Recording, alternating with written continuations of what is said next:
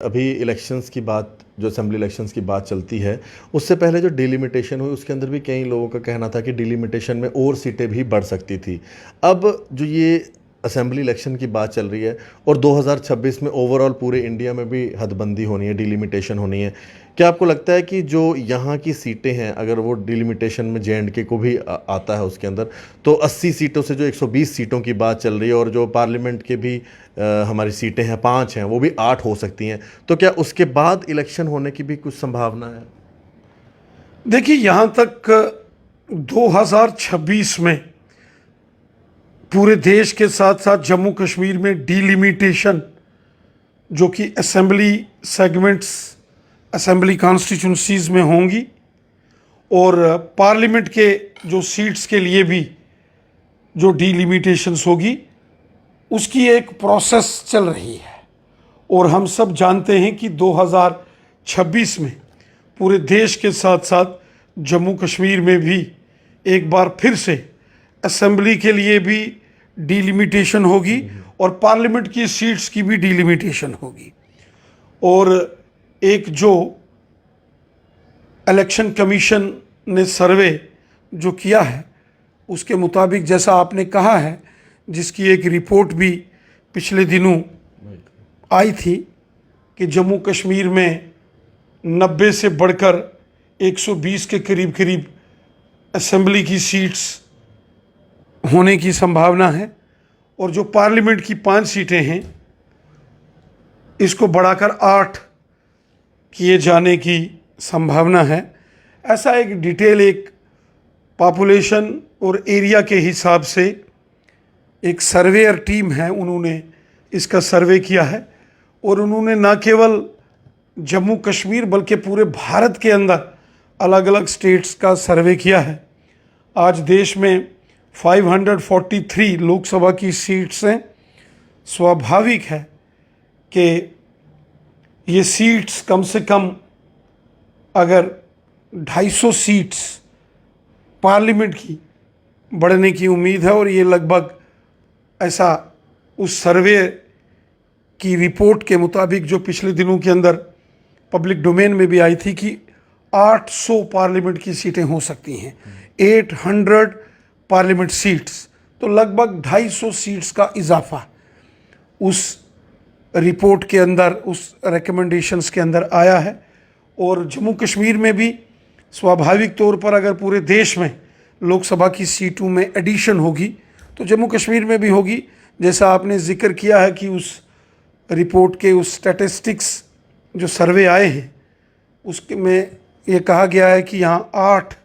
Parliament की सीटें जम्मू कश्मीर में हो सकती हैं, और असेंबली की सीटें जो पिछले डिलिमिटेशन कमीशन के बाद 90 बनी हैं, उस जो नया रिपोर्ट आया है उसमें 120 का आंकड़ा आ रहा है कि 120 के करीब करीब सीटें जम्मू कश्मीर में असेंबली की आने की चर्चा, गुफ्तगू ऐसी चली है। लेकिन चूंकि ये अब 2 साल बाद के विषय हैं, इसके लिए अलग से डिलिमिटेशन कमीशन बनेगा, और डिलिमिटेशन कमीशन में कॉन्स्टिट्यूशनल एक्सपर्ट्स होते हैं, ऑनरेबल सुप्रीम कोर्ट के ऑनरेबल जजेस होते हैं। जैसे पिछली बार डिलिमिटेशन कमीशन में ऑनरेबल जस्टिस रंजना देसाई साहिबा उस कमीशन को हेड कर रही थी। वो अलग अलग पॉलिटिकल पार्टीज़ के लीडर्स से, अलग अलग एरियाज़ में सोशल लोगों से उनकी मुलाकात होती है। तो 2026 में पूरे देश के साथ साथ जम्मू कश्मीर में भी डिलिमिटेशन तो होगी, और अच्छी बात है अगर यहाँ भी सीटें बढ़ेंगी, असेंबली की भी बढ़ती हैं, पार्लियामेंट की भी सीटें बढ़ेंगी तो अच्छी बात है। और दूसरा, जो 2029 का इलेक्शन होगा उसमें जैसे पार्लियामेंट ने विमेंस रिजर्वेशन बिल, मातृशक्ति वंदन अधिनियम, जिसमें 33% आरक्षण असेंबलीज में और पार्लियामेंट में भी हमारी माताओं बहनों को, महिला शक्ति को मिलेंगे वो उसके लाभ, तो उसका उनका भी एक अच्छा खासा जो प्रतिनिधित्व, रिप्रेजेंटेशन असेंबलीज और पार्लियामेंट में होगा। लेकिन मैं उम्मीद करता हूं कि इलेक्शन कमीशन जम्मू कश्मीर में असेंबली के इलेक्शंस का भी ज़रूर सीरियसनेस दिखाएगा और इसके ऊपर इलेक्शन कमीशन जल्द फैसला करेगा। रिवीजन ऑफ जो वोटर लिस्ट है वो शुरू हो चुका है। अलग अलग डीसीज़ को इलेक्शन कमीशन ऑफ इंडिया का लेटर भी पहुंचा है। मुझे लगता है कि इलेक्शन कमीशन जम्मू कश्मीर में असेंबली इलेक्शंस कराने के पूरे मूड में है। भारतीय जनता पार्टी पूरे तरीके से जम्मू कश्मीर में असेंबली इलेक्शंस के लिए तैयार है। हमें पूरा विश्वास है कि जिस तरीके से पार्लियामेंट के इलेक्शन में मोदी साहब को, भारतीय जनता पार्टी को जम्मू कश्मीर से सपोर्ट मिला है, जम्मू कश्मीर में बीजेपी की शानदार जीत हुई है, इसी प्रकार असेंबली इलेक्शंस जो आगे होंगे जिसका फैसला इलेक्शन कमीशन ऑफ इंडिया करेगा, यकीनन जम्मू कश्मीर की जनता का समर्थन बीजेपी को मिलेगा। हिंदू, मुसलमान, सिख, ईसाई, गुज्जर, बकरवाल, पहाड़ी कबीले के लोग, OBC community, west Pakistani refugees, POJK के रेफ्यूजीज़, वाल्मीकि समाज, गोरखा समाज, एलओसी और बॉर्डर के ऊपर रहने वाले लोग, जाट कम्युनिटी के हमारे भाई बहन, सिख कम्युनिटी के भाई बहन, दलित समाज के भाई बहन, डोगरा समाज, कश्मीरी समाज, हर वर्ग भारतीय जनता पार्टी को सपोर्ट करेगा और बीजेपी की ज़बरदस्त जीत होगी। मैं पूरे विश्वास के साथ कहता हूं कि जम्मू कश्मीर में आने वाले असेंबली इलेक्शंस में बीजेपी की शानदार जीत होगी। जम्मू कश्मीर का अगला चीफ मिनिस्टर बीजेपी का होगा। यहाँ भारतीय जनता पार्टी की सरकार बनेगी, क्योंकि दिल्ली में भी बीजेपी की सरकार है, दिल्ली में मोदी साहब की सरकार है, और जम्मू कश्मीर में भी अगर भारतीय जनता पार्टी की सरकार होगी तो एक प्रकार से डबल इंजन सरकार होगी। और हम सब जानते हैं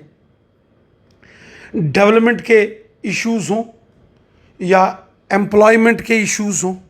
इंडस्ट्रियल जो पैकेजेस की बात हो, जम्मू कश्मीर जो है एक वेलफेयर स्टेट के नाते गिना जाता है, और वेलफेयर स्टेट जो है वो जम्मू कश्मीर जिस तरीके से आगे बढ़ रहा है, और पिछले 10 साल में जिस प्रकार मोदी साहब ने दिल खोलकर देश का खजाना जम्मू कश्मीर की जनता के लिए खोला है, जो डेवलपमेंट गांव-गांव और शहर शहर में हो रही है, national highways, express highways, tunnels, गरीब लोगों की खिदमत, गांव-गांव में गरीबों के मकान, गोल्डन कार्ड, आयुष्मान भारत के, कोई बीमार हो जाए अगर तो 5-5 लाख रुपया एक साल का इलाज के लिए, गरीबों को फ्री राशन, गरीब लोगों को मकान, लाडली बेटी योजना, सुकन्या समृद्धि योजना, बेटी बचाओ बेटी पढ़ाओ अभियान, और आज जम्मू कश्मीर में अमन, शांति, खुशहाली, करोड़ों लोग सैलानी टूरिस्ट आज जम्मू कश्मीर आ रहे हैं क्योंकि अमन है, शांति है, खुशहाली है। रात के 2 बजे तक लाल चौक के अंदर चहल पहल होती है। ये सब मोदी साहब की देन है। आज कश्मीर से कन्याकुमारी रेल के साथ जुड़ रहा है। रेल का काम बनिहाल से बारामूला तब शुरू हुआ था जब स्वर्गीय अटल बिहारी वाजपेयी साहब भारत के प्रधानमंत्री थे। कांग्रेस के ज़माने में ये प्रोजेक्ट ठप कर दिया गया था, और फिर 2014 में जब मोदी साहब आए, आज रेल रियासी तक पहुंच रही है। रियासी से बारामूला, चंद महीनों के अंदर ये रेल कश्मीर से कन्याकुमारी जाएगी। ये बड़ी अचीवमेंट्स मोदी साहब की हैं। बॉर्डर के ऊपर अमन है, शांति है, ये सब मोदी साहब की देन है।